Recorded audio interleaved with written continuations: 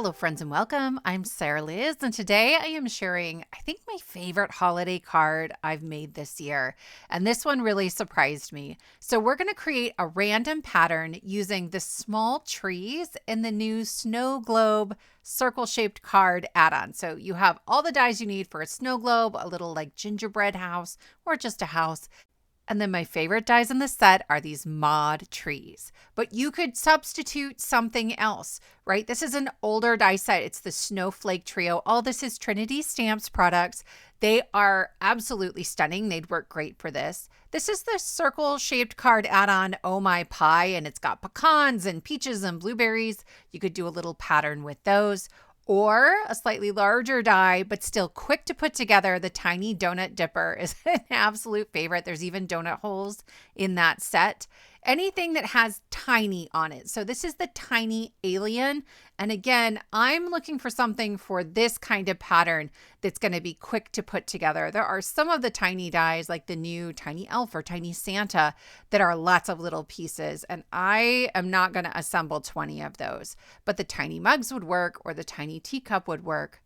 I'm actually going to start with my background today. This is the sprinkled border stencil. Today's really all about stretching our supplies because this is intended to create a border of sprinkles in a bunch of different colors, but I'm actually going to use it to create a random polka dot pattern to go behind my little die cuts. So I'm using a gold ink and the new shading Sidekick. If you haven't tried these brushes, they are so fluffy and so great for getting ink down into the tiny holes of this stencil.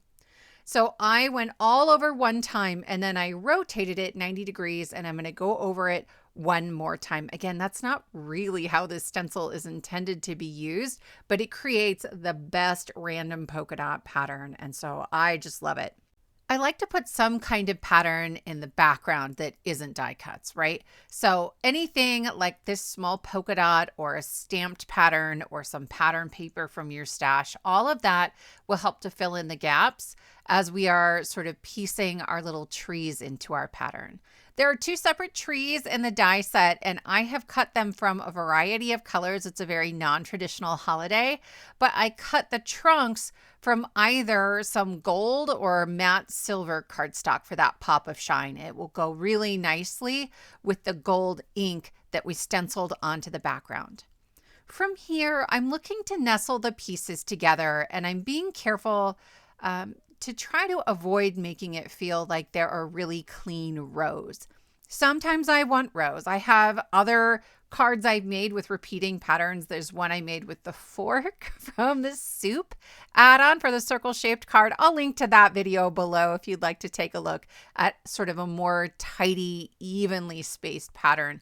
But I love the feel of this random pattern. I also love this color combination for holiday. We have a bright pink, a slightly lighter pink, and a baby pink. We have a light purple, not quite lavender, and then a deep eggplant, and then this dark teal, and then two shades of green. One is lime green, and the other is more of like an evergreen.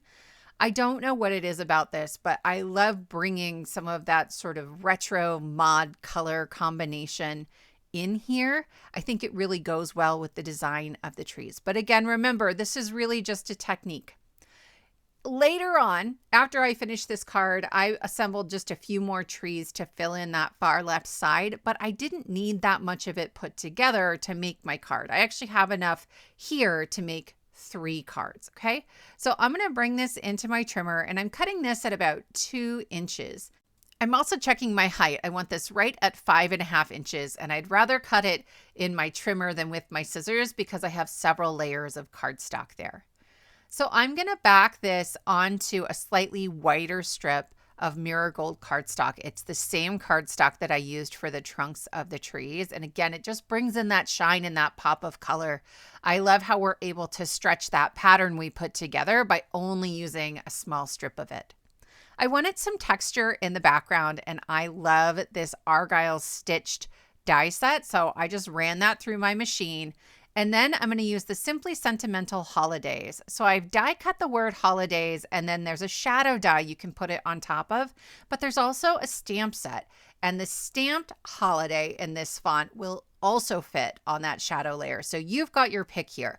I really like the texture of the die cuts on top of this, but if that feels fiddly for you, then go ahead and stamp it on there. That will work just fine. I love too that you get a really narrow sort of shadow layer here.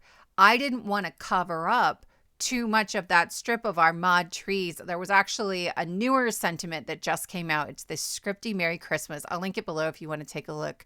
It is so gorgeous, but it covered up too much of my trees. So I opted for this one.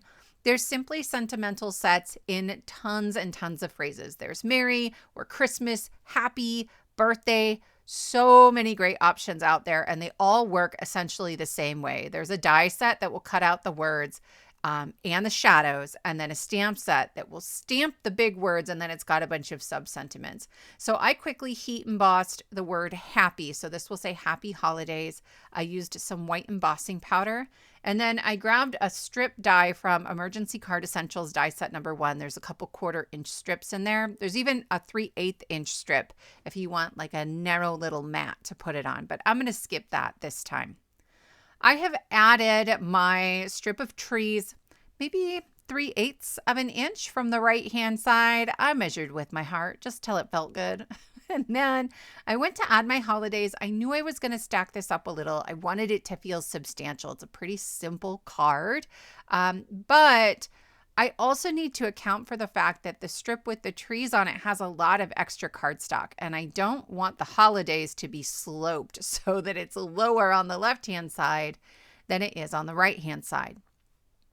To fix that, I cut the shadow layer again out of some heavyweight white cardstock, but really that's not going to be enough, right? I have the gold layer, the white shimmer cardstock, and then my trees. I have 3 to 4 layers of cardstock on that side. So while the glue is still wet behind the word holidays, I'm actually going to peel off one of the other layers until it hits the sort of half layer that's on the left-hand side. You can see me going, please come off and don't ruin all this hard work that I did.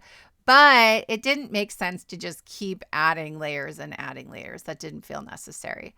So now you can see that left-hand side is taller than the right-hand side, just enough to even it out and level everything. And I'll add some wet glue, give me just a little bit of wiggle room to make sure that it's straight. And I love that this font and this shadow layer is really straight, clear through the middle of that word. And so it makes it easier for me to eyeball it and get it right. A little bit of thin foam, like 1 millimeter foam behind the word happy. So it's about on the same level as holidays. But I tell you what, sometimes when I die cut a heat embossed sentiment, some of that embossing powder comes off. So I'm coming in with a white acrylic pen and just filling that in. And that will finish up our card for today, my friends. I love this one. I hope you'll give a repeating pattern a try with some of your favorite small die cuts or stamped images. Thank you all so much for spending your time with me, and I will see you next time.